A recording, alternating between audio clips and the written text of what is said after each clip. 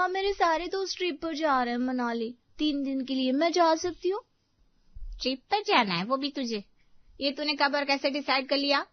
माँ मैं आपसे पूछने आई हूँ, आप बोलोगे तभी तो जाऊंगी ना। कौन कौन जाएगा? निधि, सुप्रिया, अमित और राहुल। मुझे लगा ही था वो आवारा निधि जरूर होगी इस प्लान में। अरे खुद तो आवारा गर्दी में 100 हाथ आगे है और अब चाहती है मेरी बेटी भी उसी की तरह सड़क पर नाचने लगे। लेकिन मैं कह देती हूँ पर ये ऐसा कुछ होने नहीं दूंगी। मैं कहीं नहीं जाना है तुझे, समझी? मॉम प्लीज मान जाओ ना प्लीज, सब जा रहे हैं, सिर्फ मैं ही बची हूँ। हाँ तू जाएगी भी नहीं क्योंकि तू उन लोगों की तरह नहीं है, तू मेरी बेटी है। तुझे आवारा बनने के लिए पैदा नहीं किया मैंने। प्लीज मॉम प्लीज जाने दो ना। मेरे सामने ये रोने धोने का नाटक मत कर, ये सब काम नहीं आएगा। लड़की है, लड़की की तरह घर के चूल्हे चौके में ध्यान लगा, ज्यादा दुनिया देखने की जरूरत ना है। सिर्फ एक बार। बोल दिया ना, एक बार क्या आधे बार भी नहीं।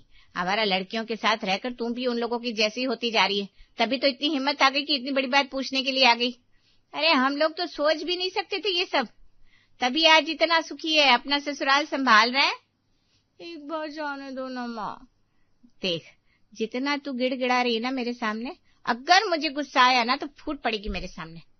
जा किचन में आटा लगा के रोटी सेक, आखिर में यही सब काम आने वाला है। अच्छा रहेगा इन सब में दिमाग लगा और ये घूमने फिरने का आइडिया दिमाग से निकाल दे। मधु तो परी की ट्रिप के लिए नहीं मानती। अब देखते हैं निधि की माँ क्या कहती है।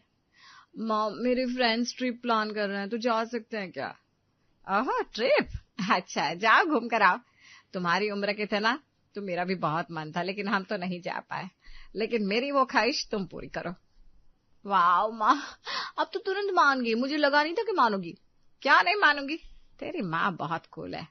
तेरी देवरानी की तरह बाबा आदम के जमाने की सोच वाली नहीं हूं मैं। हाँ माँ देखते हैं परी को परमिशन मिलती है कि नहीं। ना ही मान के चल, देखते हैं। निधि और परी कमरे में आमने सामने खड़ी होती है। क्या हुआ, क्या कहा मम्मी ने? परी की आंखें भर आती है। मना कर दिया। सीधा मना? वजह क्या थी? वही लड़की हो, घर संभालो, आवारा मत बनो।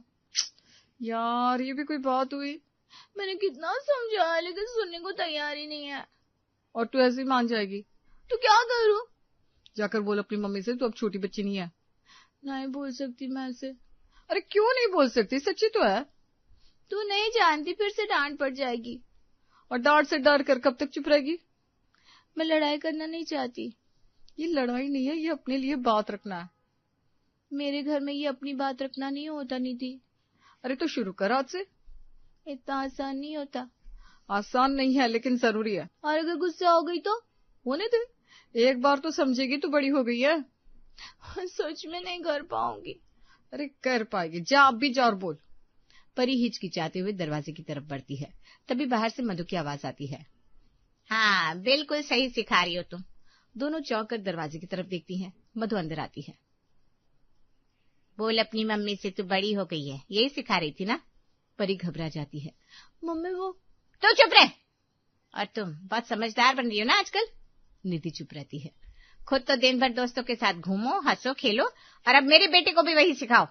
निधि सिर झुका लेती है। क्या चाहती हो तुम? ये भी तुम्हारी तरह घर से बाहर घूमती रहे? निधि कुछ नहीं बोलती। आज बड़ी हो गई है बोल रही हो, कल कहोगी अपने फैसले खुद लो, और फिर कल को कुछ उल्टा सीधा हो गया तो जिम्मेदारी कौन लेगा? निधि चुप। मुझे अच्छे से पता है तुम जैसी लड़कियों का, खुद आवारागर्दी करती हो और दूसरों को भी उसी रास्ते पर ले जाती हो। Mummy please. मैंने कहा ना चुप। और तुम निधि मेरी बेटी से दूर ही रहो तो अच्छा है। निधि की आंखें भरने लगती है लेकिन वो कुछ नहीं बोलती। जितना असर तुम्हारा इस पर पड़ रहा है ना, उतनी ही बिगड़ती जा रही है ये। मम्मी ऐसा कुछ नहीं है, और मैं सब देख रही हूँ। आज से इसके साथ ज्यादा उठना बैठना बंद। निधि अब भी चुप खड़ी रहती है। समझ गई ना बात? परी धीरे से सिर झुका लेती है। और तुम? मधु निधि की तरफ देखकर ठहरती है। अपनी माँ की तरह बनने की कोशिश करो, कम से कम कुछ तो सीखो उनसे। निधि कुछ नहीं बोलती, बस वहीं खड़ी रहती है। मधु मुड़कर चली जाती है। कमरे में कुछ सेकंड तक सन्नाटा रहता है। सॉरी। अरे तू क्यों सॉरी बोल रही है? मेरी वजह से तुझे सुनना पड़ा। कोई बात नहीं, तू रो मत। अभी फंक्शन में जाना है ना तो तैयार हो जा, पहले वहां चलते हैं। ट्रिप पे जाने का जुगाड़ हम बाद में निकाल लेंगे। पक्का? हाँ भाई पक्का। निधि और परी फंक्शन में जाने के लिए तैयार होने जाती है। निधि कुछ देर में तैयार होके यानी कि जींस टॉप पहनकर आ जाती है। परी जल्दी करना, सब नीचे इंतजार कर रहे हैं। परी मुड़कर निधि को देखती है और कुछ सेकंड तक उसे देखती रह जाती है। यार तू तो बहुत अच्छी लग रही है। तू भी जल्दी से तैयार हो जा, लेट हो जाएंगे। परी आईने में खुद को देखती है, फिर धीरे से मुड़कर बाहर आती है जहां मधु बैठी थी। मम्मी। हाँ क्या हुआ? मम्मी मैं भी जींस टॉप पहन के जाऊं आज? मधु तुरंत गुस्से में उसकी तरफ देखती है। क्या बोला तूने? मम्मी बस आज के लिए सब ऐसे ही जा रहे हैं। खबरदार जो तू उस कलमुही की बातों में आई तो। मधु चुप हो जाती है। खुद तो इतने छोटे छोटे कपड़े पहनकर इधर उधर घूमती रहती है, अब मेरी बेटी को भी अपने जैसा बनाना चाहती है। तभी निधि पीछे से आती है और ये सब सुन लेती है। चाची मैंने तो बस। तुम बीच में मत बोलो। निधि चुप हो जाती है। पहले ही कह दिया था ना दूर रहो मेरी बेटी से, लेकिन नहीं, तुम्हें तो हर वक्त इसी के साथ रहना है। निधि सिर झुका लेती है। आज जींस टॉप पहनेगी, कल पता नहीं और क्या क्या सिखाएगी। मम्मी पर इसमें गलत क्या है? गलत ये है कि ये सब हमारे घर में नहीं चलता। लेकिन मम्मी। कोई लेकिन मेकिन नहीं, लड़की को जैसे रहना चाहिए वैसे रहो। निधि चुपचाप खड़ी रहती है, कुछ नहीं बोलती। और तुम? मधु निधि की तरफ देखती है। अपनी माँ की तरह बनने की कोशिश करो, कम से कम ढंग के कपड़े पहनना तो सीखो। निधि बिना कुछ बोले पीछे मुड़ती है और वहां से चली जाती है। परी उसे जाते हुए देखती रह जाती है। मम्मी आपने ये सब क्यों कहा? क्योंकि सच यही है। वो कुछ नहीं बोल रही थी। उसे बोलने की जरूरत भी नहीं है, उसके काम ही काफी है। मम्मी बस आज के लिए पहनने दो ना। एक बार मना किया ना। लेकिन सुनाई नहीं देता क्या? परी चुप हो जाती है। जा जाकर सलवार सूट पहन। मम्मी। और सुन, ज्यादा चालाकी दिखाने की कोशिश मत करना। परी धीरे धीरे कमरे में वापस जाती है।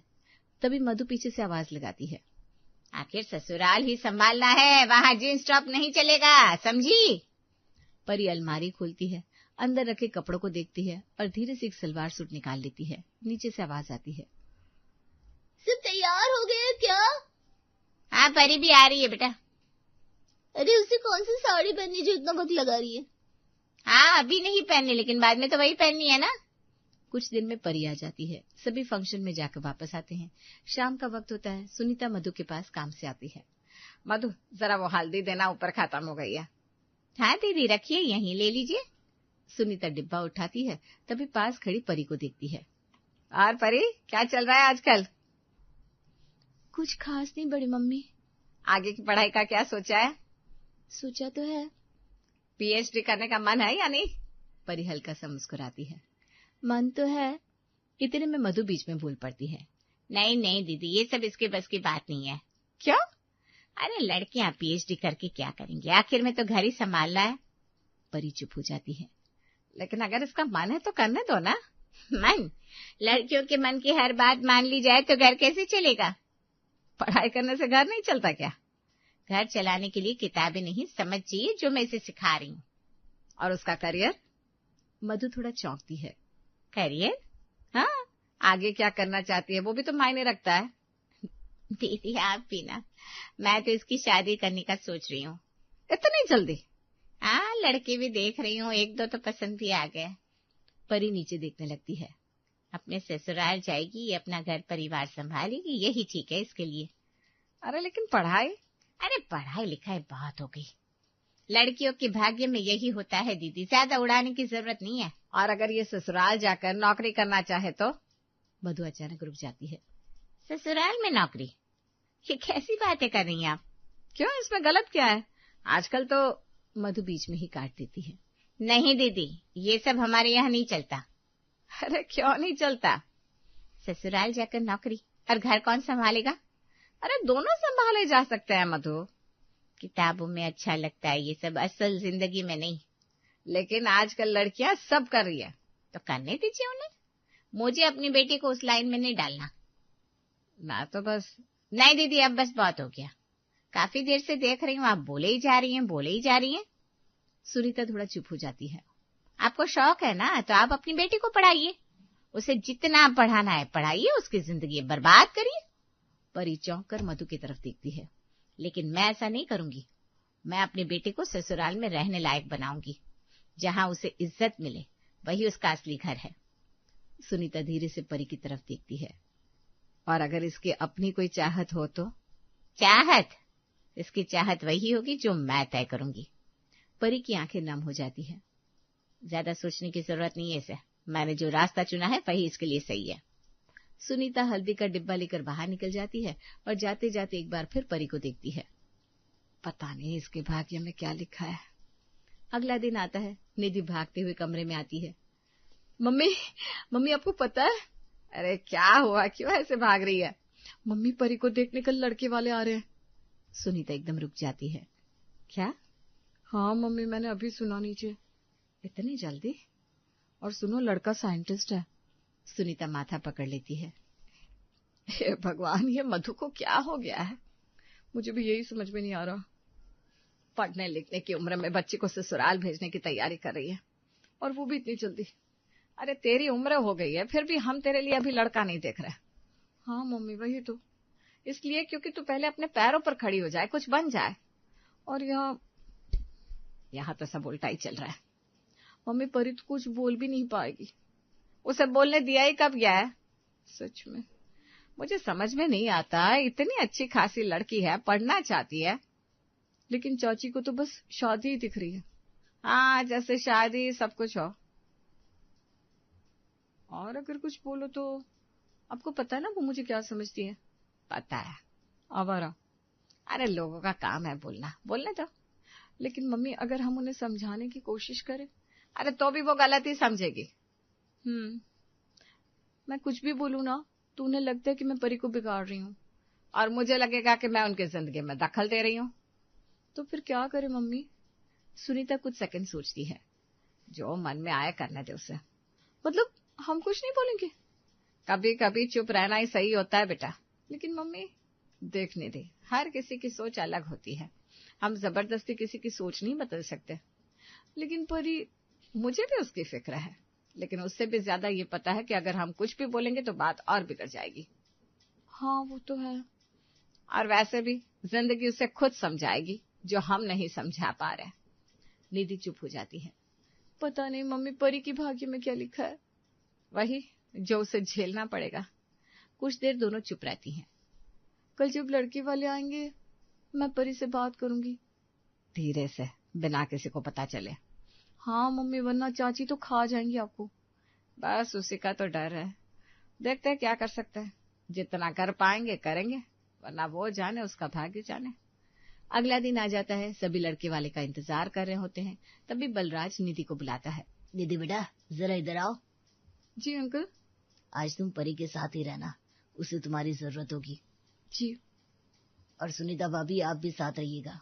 हाँ जी, मैं तो हूँ ही भाई साहब। बाहर गाड़ी रुकती है। लगता है आ गए। चलो स्वागत करते हैं। दरवाजा खुलता है। संजय, सुधा और रोहित अंदर आते हैं। आइए आइए, बहुत इंतजार करवाया आपने। नमस्ते। नमस्ते। आइए अंदर बैठिए। सब लोग बैठ जाते हैं। रोहित इधर उधर नजर डालता है। आपका घर तो बहुत अच्छा है। धन्यवाद। आप लोग बैठिए, मैं चाय लेकर आती हूँ। अंदर कमरे में परी घबराई हुई बैठी होती है। टेंशन मत ले, सब ठीक हो जाएगा।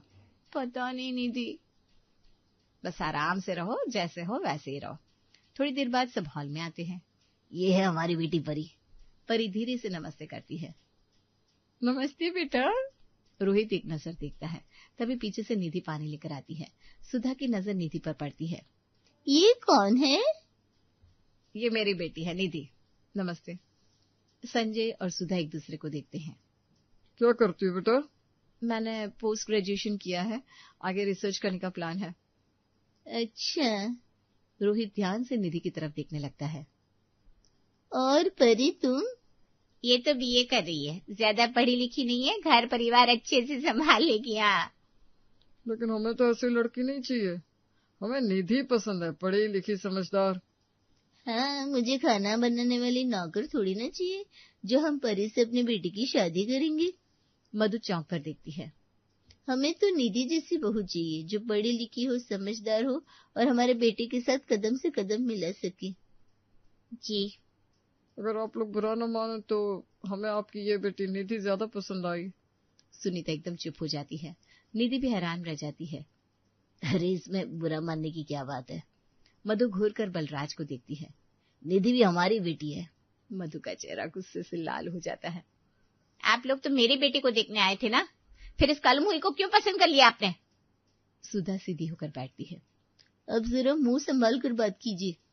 और रही बात आपकी बेटी की, तो वो वैसे नहीं है जैसे हम अपनी बहू चाहते हैं।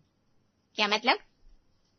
हमें अपनी बेटी के लिए ऐसी लड़की चाहिए जो उसके बराबर खड़ी हो सके, पढ़ी लिखी हो, समझदार हो, और उसके साथ कंधे से कंधा मिलाकर चल सके। अब हमें इजाजत दीजिए, हम चलते हैं, बाकी बातें फोन पे कर लेंगे।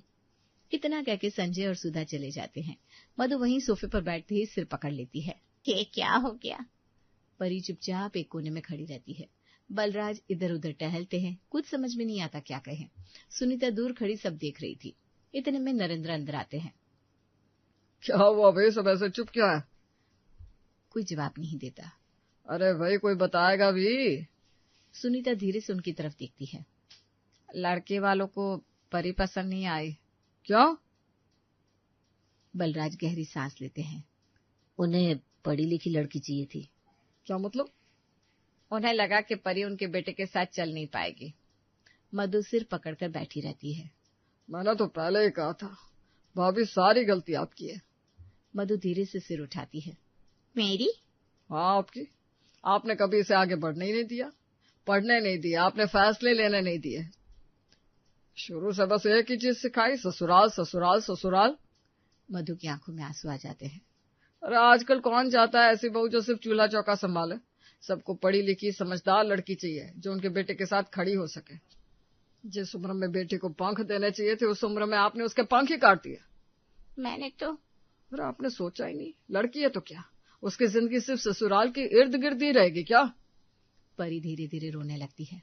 मैंने ये क्या कर दिया? अपनी बेटी की जिंदगी अपने हाथों से खराब कर दी। मधु फूट फूट कर रोने लगती है। परी दौड़कर उनके पास जाती है। मम्मी, मुझे माफ कर दे बेटा, ऐसा मत कहो, मैंने तुझे समझा ही नहीं बेटा। नरेंद्र थोड़ा नरम पड़ते हैं। जो हुआ सो हुआ, लेकिन अभी भी वक्त है। मधु उनकी तरफ देखती है। इसे पढ़ने दो, जो करना चाहती है करने दो, अपना करियर बनाने दो। देखना ऐसे रिश्तों की लाइन लग जाएगी। मधु धीरे धीरे आंसू पोंछती है। हाँ, अब मेरी बेटी वही करेगी जो वो करना चाहती है। बेटा तुझे ट्रिप पे जाना था ना, तू जा बेटा, तुझे जो करना है वो कर, आसमान में पंख फैला कर घूम। चलो अच्छा हुआ ये रिश्ता टूट गया, कम से कम चाची परी को समझी तो।